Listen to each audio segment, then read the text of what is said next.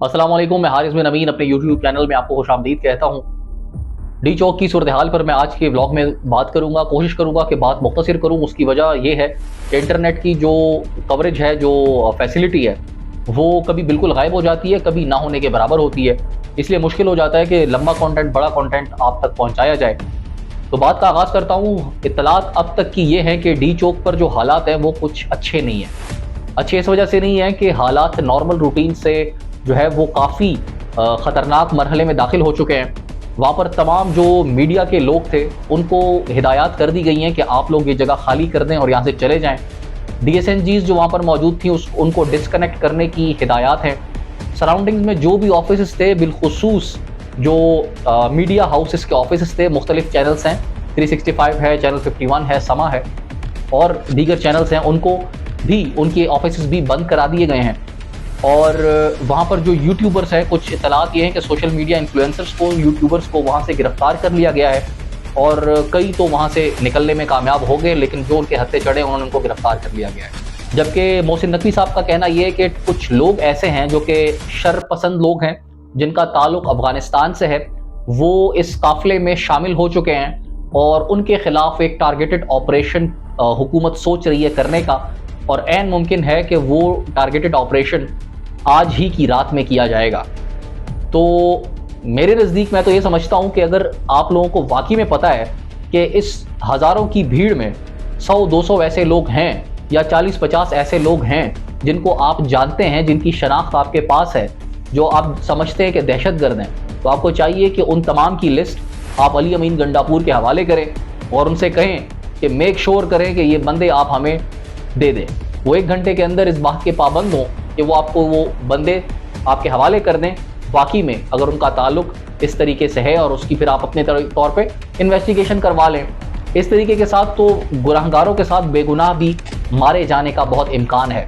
और मेरे नज़दीक अगर आप उन लोगों को टारगेट कर भी लेते हैं, वो 50 लोग हैं, 100 हैं, 25 हैं, 10 हैं, उसमें अगर कोई एक भी ऐसा बंदा जान से चला गया जो बेगुनाह है, जो अपने हक की खातिर, अपने लीडर की आज़ादी की खातिर और अपनी हकीकी आज़ादी की खातिर निकला है और उसकी जान चली जाती है, तो उसका अजाला शायद हम नहीं कर पाएंगे। तो इसीलिए ये बहुत ज़रूरी है कि बहुत सोच समझ कर ये इकदाम उठाया जाए। एक और बहुत अहम खबर है, वो ये है कि काफ़ी टाइम से 3-4-5 घंटों से ये खबरें सुनने में आ रही हैं, देखने में आ रही हैं कि रेंजर के जवानों की शहादत हुई है और उनको उसके लिए जिम्मेदार ठहराया जा रहा है पाकिस्तान तहरीक इंसाफ के प्रोटेस्टर्स का। हमारा मीडिया अनफॉर्चुनेटली हमें एक पिक्चर दिखाता है, आधी खबर बताता है, पूरी खबर सामने आ गई है। मतीउल्लाह जान साहब जो कि एक वेल नोन जर्नलिस्ट हैं, उन्होंने अपने व्लॉग में ये बात बताई है और उन्होंने मौके पर मौजूद एक चशमदीद गवाह का भी उन्होंने रिकॉर्ड बयान किया है और वो भी आवाम के सामने रखा है।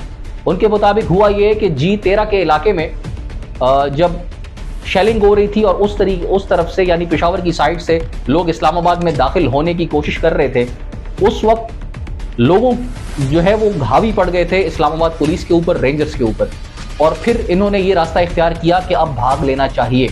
उसी धक्कम पेल में, भागम भाग में गाड़ियां उन्होंने स्पीड के साथ निकालने की कोशिश की है अपनी, पुलिस और रेंजर्स ने। कुछ वीडियोस भी अब सामने आ चुकी हैं, 2 से 3 वीडियोस मेरी नज़र से गुजरी हैं और ये उस बंदे का भी यही बयान है कि वो गाड़ियां जब निकली हैं तो रोड के साइड पर खड़े कुछ लोगों को वो कुचलती हुई आगे निकली हैं। वो कहता है कि मेरा भाई भी उन लोगों में शामिल था और मेरा भाई 6 माह पहले FC से रिटायर होकर आया था। हम लोग G13 के रिहायशी हैं, इस्लामाबाद के सेक्टर G13 के।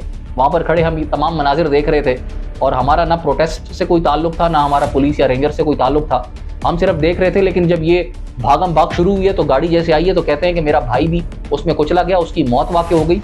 और कहते हैं कि जब मैं पुलिस स्टेशन गया रिपोर्ट दर्ज कराने के लिए तो उन्होंने मुझे प्रेशराइज़ किया कि आप ये रिपोर्ट PTI के कारकुनान के खिलाफ दर्ज करवाएं, और कहते हैं कि मैंने उससे इनकार कर लिया और मैंने कहा कि मैंने खुद देखा है कि रेंजर और पुलिस की गाड़ी मेरे भाई समेत मुतअद्दिद लोगों को कुचल कर चली गई है, तो मैं कैसे इस बात को की जो FIR है वो उन लोगों पर कटवा दूँ। तो ये तो सूरत हाल है। अगर इस तरीके से के साथ ये निज़ाम चलाने की कोशिश की जाएगी तो मेरा ख्याल है बहुत मुश्किल हो जाएगा, क्योंकि ये 90s का दौर नहीं है, ना ही ये अर्ली 20s का दौर है, ये 2024 है।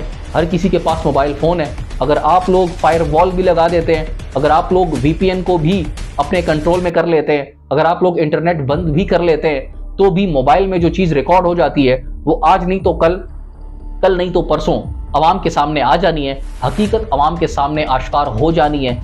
और उसके बाद आप लोगों को जो है बहुत शर्मिंदगी का भी सामना होगा।